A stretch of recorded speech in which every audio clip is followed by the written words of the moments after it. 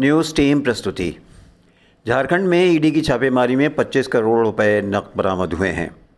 रांची। झारखंड में प्रवर्तन निदेशालय यानी एनफोर्समेंट डायरेक्टर ईडी की टीम ने इंजीनियर वीरेंद्र राम के मामले में आज छापेमारी कर झारखंड के ग्रामीण विकास मंत्री आलमगीर आलम के निजी सचिव संजीव लाल के सहायक जहांगीर आलम के घर में 25 करोड़ रुपए नकद बरामद किए हैं। ईडी ने झारखंड ग्रामीण विकास विभाग के मुख्य अभियंता वीरेंद्र राम को फरवरी 2023 में कुछ योजनाओं के क्रियान्वयन में कथित अनियमितताओं से जुड़े मनी लॉन्ड्रिंग मामले में गिरफ्तार किया था। वहीं दूसरी तरफ रांची के सेल सिटी सहित कुल 9 ठिकानों पर ईडी की टीम छापेमारी कर रही है। ईडी की टीम सेल सिटी में पथ निर्माण विभाग के इंजीनियर विकास कुमार के ठिकाने पर तलाशी कर रही है। ईडी की दूसरी टीम बुरियातू, मोहराबादी और बोड़िया इलाके में छापेमारी कर रही है। जेल में बंद इंजीनियर वीरेंद्र राम से जुड़े मामले को लेकर ईडी की टीम ने यह कार्रवाई की है।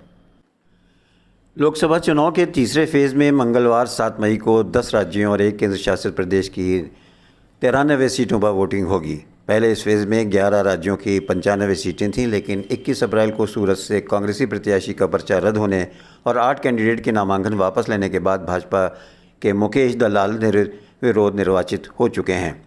वहीं जम्मू कश्मीर में ख़राब मौसम की वजह से अनंतनाग राजौरी सीट का चुनाव टाल दिया गया है। अब ये छठे फेज़ में 25 मई को वोट डाले जाएंगे। इसके अलावा मध्य प्रदेश की बैतूल सीट से बसपा प्रत्याशी के निधन के बाद सेकेंड फेज़ यानी 26 अप्रैल को होने वाली वोटिंग 7 मई को शिफ्ट कर दी गई है। मध्य प्रदेश की 3 सीटों विदिशा से शिवराज सिंह चौहान, गुना से ज्योतिर्मय सिंधिया और राजगढ़ से दिग्विजय की किस्मत दांव पर है। इसके अलावा महाराष्ट्र की अमरावती सीट पर शरद पवार की बेटी सुप्रिया सुले और डिप्टी सीएम अजित पवार की पत्नी सुनेत्रा पवार यानी अनंत भौजाई के बीच सीधा मुकाबला है। चुनाव आयोग के अनुसार तीसरे फेज़ में कुल 1352 कैंडिडेट्स मैदान में हैं। इनमें से 1229 पुरुष और 123 महिलाएं हैं। एसोसिएशन फॉर डेमोक्रेटिक रिफॉर्म्स की रिपोर्ट के अनुसार 244 कैंडिडेट्स आपराधिक छवि के हैं और 352 कैंडिडेट्स के पास 1 करोड़ या इससे ज़्यादा की संपत्ति है। विभिन्न यूनिवर्सिटियों के वाइस चांसलरों और प्रोफेसर ने एक खुला लेटर लिखा है जिसमें राहुल गांधी पर हमला बोला गया है। इस पत्र में कहा गया है कि कुलपतियों का चयन जिस प्रक्रिया से किया जाता है वो योग्यता, विद्युतापूर्ण और विशेषता के मूल पर आधारित प्रक्रिया होती है। कांग्रेस नेता राहुल गांधी की मुश्किलें कम नहीं हो रही हैं। कांग्रेस नेता राहुल गांधी के खिलाफ अब देश की विभिन्न यूनिवर्सिटियों के कुलपति एकजुट हो गए हैं। हाल ही में कांग्रेस नेता राहुल गांधी ने कुलपतियों के चयन प्रक्रिया पर टिप्पणी की थी। इसके बाद विभिन्न यूनिवर्सिटियों के वाइस चांसलरों और प्रोफेसरों ने एक खुला लेटर लिखा है जिसमें राहुल गांधी पर हमला बोल दिया है। इस पत्र में कहा गया है कि कुलपतियों का चयन जिस प्रक्रिया से किया जाता है वो योग्यता, विद्युतापूर्ण और विशेषता के मूल पर आधारित प्रक्रिया होती है। कुलपतियों के चयन की पूरी प्रक्रिया शैक्षणिक और प्रशासनिक कौशल पर आधारित होती है। कुलपतियों का चयन इस तरह से होता है कि वो विश्वविद्यालय के विकास करने का काम कर सकें। कुलपतियों ने कहा कि राहुल गांधी अफवाह फैला रहे हैं। देश भर की यूनिवर्सिटियों में मेरिट के आधार पर नहीं बल्कि आरएसएस के साथ जुड़ाव और रिश्तों के आधार पर नियुक्तियां हो रही हैं।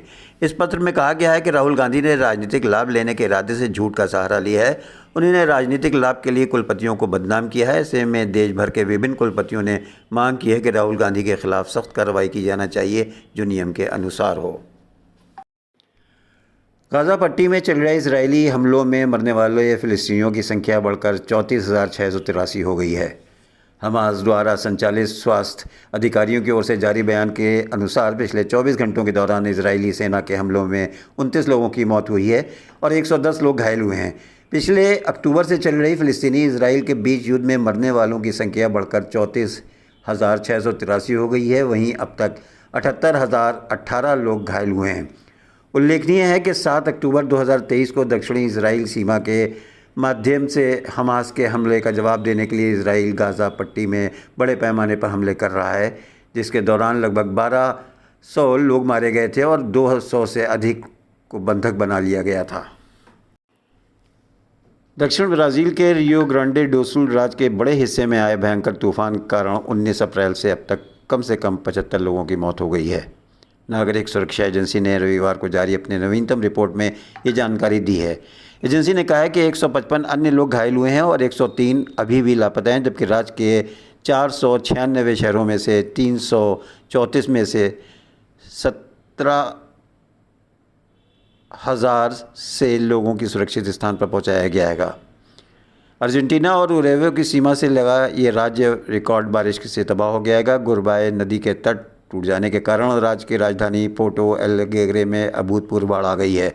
नागरिक सुरक्षा एजेंसी के अनुसार लगभग 7,80,000 निवासी बाढ़ से प्रभावित हुए हैं। हज़ारों लोगों को हेलीकॉप्टरों द्वारा बचाए जाने की उम्मीद में नावों से अपने घरों में भागने या छतों पर चढ़ने के लिए मजबूर होना पड़ा। रियो ग्रांडे डो सुल के गवर्नर एडियार्डो लैट ने बारिश और बाढ़ से उत्पन्न स्थिति को लेकर कहा है कि उनका राज्य युद्ध स्थल के रूप में काम कर रहा है।